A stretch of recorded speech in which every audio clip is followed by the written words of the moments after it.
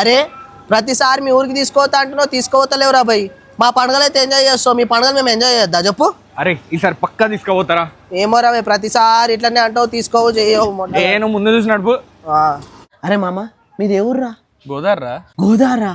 అరే మీ దాంట్లో అల్లుని కోసం ఇన్ని రకాల వంటలు వండుతారా? అవును, అది మా మర్యాదరా. నిజంగానా? అరే అయితే మీ దాంట్లో ఎవరన్నా పిల్లు ఉంటుంది ఎవరా, నేను చేసుకుంటా. మాకు మరి క్యాష్ ఫీలింగ్ ఎక్కువలే. అయితే మా కాస్ట్ పిల్లని